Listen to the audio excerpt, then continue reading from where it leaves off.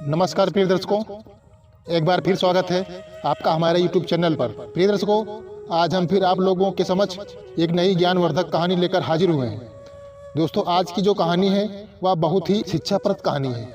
दोस्तों, आज की जो कहानी है वो पाप बुद्धि और धर्म बुद्धि पर आधारित है। यह कहानी बहुत ही पावन एवं पवित्र है। इस कहानी का जिक्र हमारे शास्त्रों में भी पाया गया है।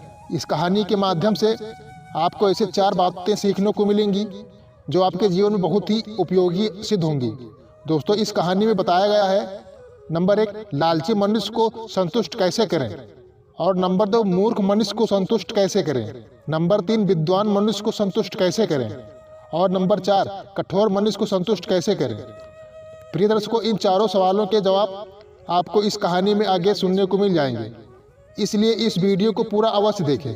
कहानी को शुरू करने से पहले जो भी दर्शक हमारे चैनल पर पहली बार आए हैं वो हमारे चैनल को सब्सक्राइब कर लें और घंटी वाले बटन को ऑन कर दें, जिससे हमारे चैनल पर आने वाली सभी ज्ञानवर्धक तथा शिक्षाप्रद कहानियों का नोटिफिकेशन आप तक सबसे पहले पहुंचे।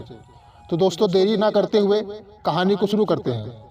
प्रिय दर्शकों, एक गांव में धर्म बुद्धि और पाप बुद्धि नाम के 2 व्यक्ति रहते थे। दोस्तों, एक दिन पाप बुद्धि नाम वाले व्यक्ति ने सोचा कि क्यों ना हम अपने दोस्त धर्म बुद्धि वाले के साथ दूसरे देश में जाकर कुछ पैसा कमाएं, और जब हम दोनों बहुत सारा पैसा इकट्ठा कर लेंगे तो हम दोनों अपने गांव वापस आ जाएंगे। इसके बाद किसी न किसी चाल से हम सारा धन अकेले ही हड़प कर जाएंगे और धर्म बुद्धि को कुछ भी नहीं मिलेगा। इस लालच में पाप बुद्धि ने धर्म बुद्धि को धन और ज्ञान का लालच देते हुए अपने साथ बाहर जाने के लिए राजी कर लिया।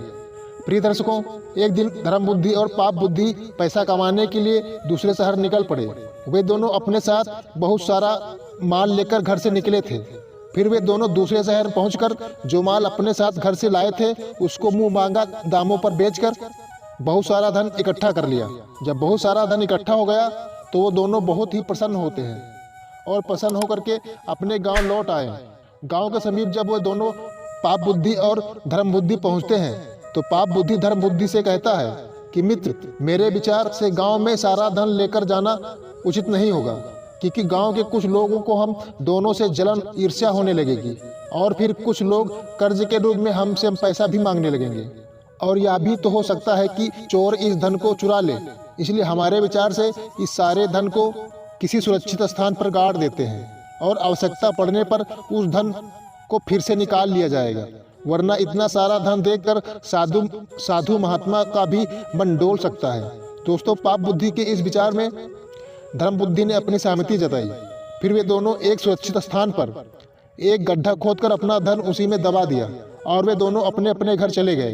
प्रिय दर्शकों, एक दिन पाप बुद्धि ने मौका देखकर उस गाड़े गए धन को चुपके से निकाल लिया और हथिया लिया। एक दिन धर्म बुद्धि ने पाप बुद्धि से कहा, मित्र, हमें कुछ धन की आवश्यकता है। चलो, जो धन हम लोगों ने उस गड्ढे में दबाया था उसी में से कुछ धन निकाल लिया जाए। दोस्तों, धर्म बुद्धि के कहने पर पाप बुद्धि ने भी कहा, ठीक है, उस गाड़े हुए धन को निकाल लिया जाता है। वे दोनों उस स्थान पर पहुंचते हैं जहां पर उस धन को जमीन में गाड़ा गया था। दोस्तों, वहां पर पहुंचने के बाद पाप बुद्धि ने उस गड्ढे को खोदने लगता है। वह गड्ढा खोदने के बाद जब वहां पर धन नहीं मिलता है तो पाप बुद्धि तुरंत ही रोने चिल्लाने का नाटक करने लगता है और उस पाप बुद्धि ने धर्म बुद्धि पर धन निकालने का आरोप भी लगा दिया। दोस्तों, वे दोनों लड़ते झगड़ते न्याय के लिए राजा के पास पहुंच जाते हैं। उसके बाद राजा के सामने पाप बुद्धि और धर्म बुद्धि दोनों ने अपना अपना पक्ष प्रस्तुत किया।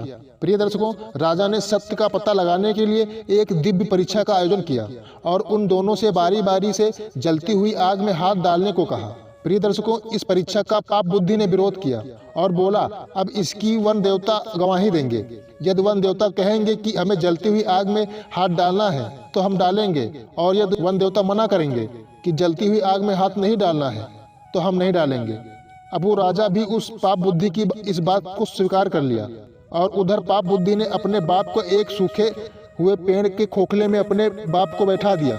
इसके बाद राजा वन देवता से पूछते हैं कि चोरी किसने की, तो उस पेड़ से आवाज आई कि यह चोरी धर्म बुद्धि ने की है। यह सुनकर धर्म बुद्धि का सर एकदम चकरा गया और वह तुरंत ही उस खोखले पेड़ के नीचे आग लगा दी। प्रिय दर्शकों, जैसे ही पेड़ जलने लगा तो उसके साथ ही पाप बुद्धि के बाप भी चिल्लाने लगे और बुरी तरह से झुलस कर बाहर निकले। इसके बाद पाप बुद्धि के बाप ने उस वन देवता के साक्षी का सारा षड्यंत्र राजा को बताया। प्रिय दर्शकों, जब राजा को यह सच्चाई मालूम पड़ी कि यह चोरी पाप बुद्धि ने किया है, धर्म बुद्धि ने नहीं किया है, तो राजा पाप बुद्धि से कहते हैं कि तुम एक बात बताओ कि यह चोरी तुमने कैसे कर लिया, क्योंकि जिस स्थान पर तुम दोनों ने वह धन गाड़ा था वहां पर तुमने 4 पहरेदार लगाए थे। पहला लालची व्यक्ति था, दूसरा मूर्ख व्यक्ति था, और तीसरा व्यक्ति विद्वान था, और चौथा कठोर व्यक्ति था। फिर तुमने इन चारों व्यक्तियों को चकमा कैसे दिया और कैसे धोखा देकर तुमने उस धन की चोरी की। प्रिय दर्शकों, राजा की बात सुनकर वह पाप बुद्धि राजा से कहने लगा, हे राजन, मैंने लालची आदमी को एक वस्त्र देकर उसको संतुष्ट किया, और एक मूर्ख व्यक्ति को सम्मान देकर संतुष्ट किया, और विद्वान आदमी को सच बोल करके संतुष्ट किया, तथा एक कठोर व्यक्ति को हाथ जोड़कर संतुष्ट किया।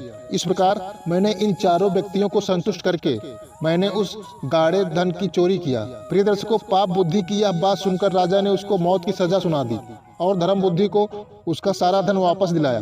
तो दोस्तों, यदि हमें किसी लालची व्यक्ति को संतुष्ट करना है तो उसे कोई वस्तु भेंट कर दीजिए, और यदि मूर्ख व्यक्ति को संतुष्ट करना है तो उसे सम्मान दे दीजिए, और विद्वान आदमी को संतुष्ट करना है तो उसे सच बोल दीजिए, और यदि कोई कठोर व्यक्ति को संतुष्ट करना है तो हाथ जोड़कर संतुष्ट कर दीजिए।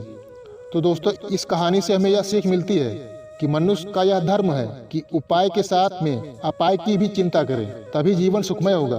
प्रिय दर्शकों, यदि यह कहानी आपको पसंद आई हो तो हमारे वीडियो को एक लाइक कर दें, और जो भी दर्शक हमारे चैनल को अभी तक सब्सक्राइब नहीं किया है वो चैनल को सब्सक्राइब कर लें। वीडियो को पूरा देखने के लिए बहुत बहुत धन्यवाद।